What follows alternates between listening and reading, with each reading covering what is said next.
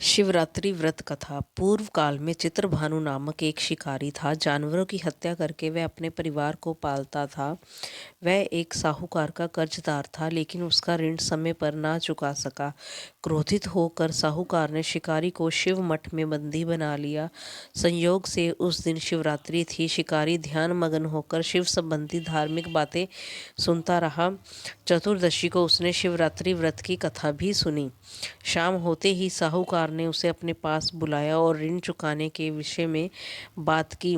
शिकारी अगले दिन सारा ऋण लौटा देने का वचन देकर बंधन से छूट गया। अपनी दिनचर्या की भांति वह जंगल में शिकार के लिए निकला, लेकिन दिन भर बंदी गृह में रहने के कारण भूख प्यास से व्याकुल था। शिकार खोजता हुआ वह बहुत दूर निकल गया।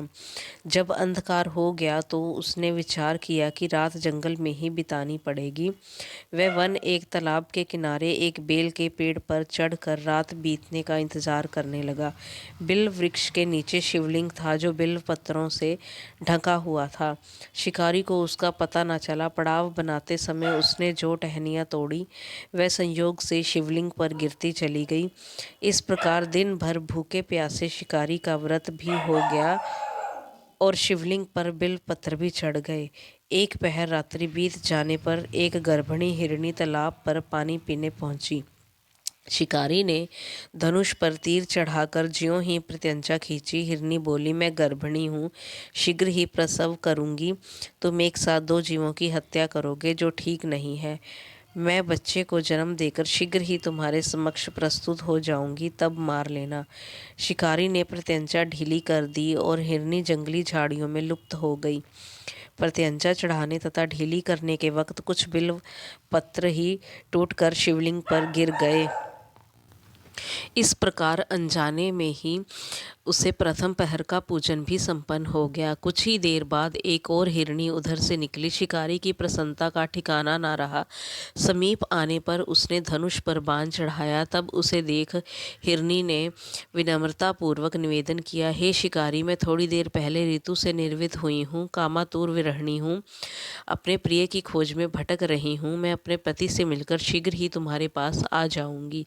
शिकारी ने उसे भी जाने दिया। 2 बार शिकार को खोकर उसका माथा ठनका। वह चिंता में पड़ गया। रात्रि का आखिरी पहर बीत रहा था। इस बार भी धनुष से लगकर कुछ बेल पत्र शिवलिंग पर जा गिरे तथा दूसरे पहर की पूजन भी संपन्न हो गई।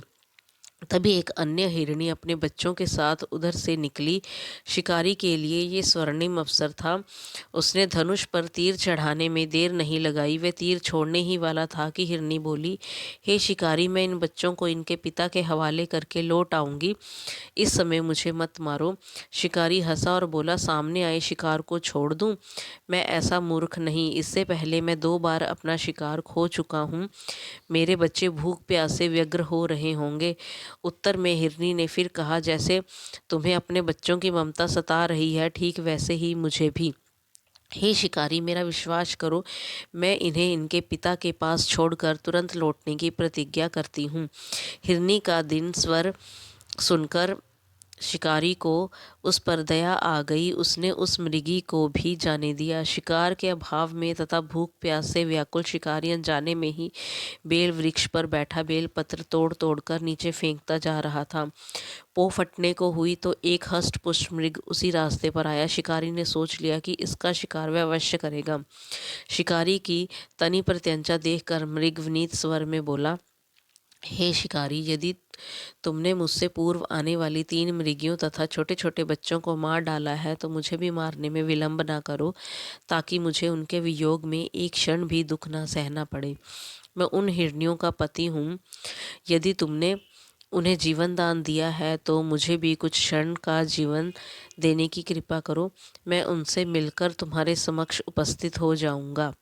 मृग की बात सुनते ही शिकारी को सामने पूरी रात का घटना चक्र घूम गया। उसने सारी कथा मृग को सुना दी।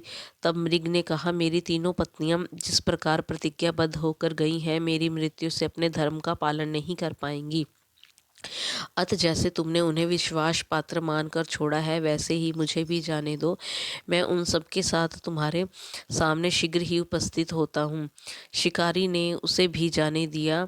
इस प्रकार प्रात हो गई। उपवास, रात्रि जागरण तथा शिवलिंग पर बेल पत्र चढ़ने से अनजाने में ही पर शिवरात्रि की पूजा पूर्ण हो गई। पर अनजाने में ही की गई पूजन का परिणाम उसे तत्काल मिला। शिकारी का हिंसक हृदय निर्मल हो गया, उसमें भगवद शक्ति का वास हो गया। थोड़ी ही देर बाद वह मृग सपरिवार शिकारी के समक्ष उपस्थित हो गया ताकि वह उनका शिकार कर सके, किंतु जंगली पशुओं की ऐसी सत्यता, सात्विकता एवं सामूहिक प्रेम भावना देखकर शिकारी को बड़ी ग्लानि हुई। उसने मृग परिवार को जीवन दान दे दिया।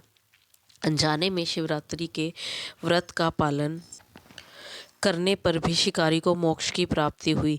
जब मृत्यु काल में यमदूत उसके जीव को ले जाने आए तो शिव गणों ने उन्हें वापस भेज दिया तथा शिकारी को शिवलोक ले गए। शिव जी की कृपा से ही अपने इस जन्म में राजा चित्रभानु अपने पिछले जन्म को याद रख पाए तथा महाशिवरात्रि के महत्व को जानकर उसका अगले जन्म में भी पालन कर पाए। पावन शिव कथा का संदेश।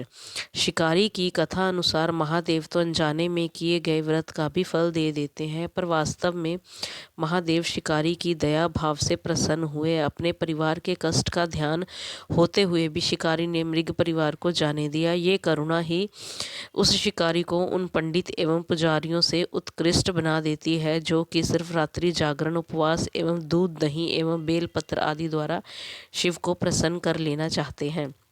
इस कथा में सबसे महत्वपूर्ण बात यह है कि इस कथा में अनजाने में हुए पूजन पर विशेष बल दिया गया है। इसका अर्थ ये नहीं है कि शिव किसी भी प्रकार से किए गए पूजन को स्वीकार कर लेते हैं अथवा भोलेनाथ जाने या अनजाने में हुए पूजन में भेद नहीं कर सकते हैं। वास्तव में वह शिकारी शिव पूजन नहीं कर रहा था। इसका अर्थ ये नहीं हुआ कि वह किसी तरह के किसी फल की कामना भी नहीं कर रहा था। उसने मृग परिवार को समय एवं जीवन दान दिया, शिव के पूजन के समान है, जो कि शिव के पूजन के समान है। शिव का अर्थ ही कल्याण होता है। उन निरीह प्राणियों का कल्याण करने के कारण ही वह शिव तत्व को जान पाया था। उसका शिव से साक्षात्कार हुआ। परोपकार करने के लिए महाशिवरात्रि का दिवस होना भी आवश्यक नहीं है। पुराण में 4 प्रकार के शिवरात्रि पूजन का वर्णन है। मानसिक शिवरात्रि, प्रथम आदि शिवरात्रि तथा महाशिवरात्रि पुराण वर्णित अंतिम शिवरात्रि है। नित्य शिवरात्रि वस्तुत प्रत्येक रात्रि ही शिवरात्रि है।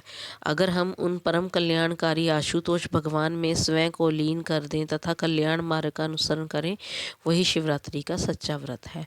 ओम नमः शिवाय।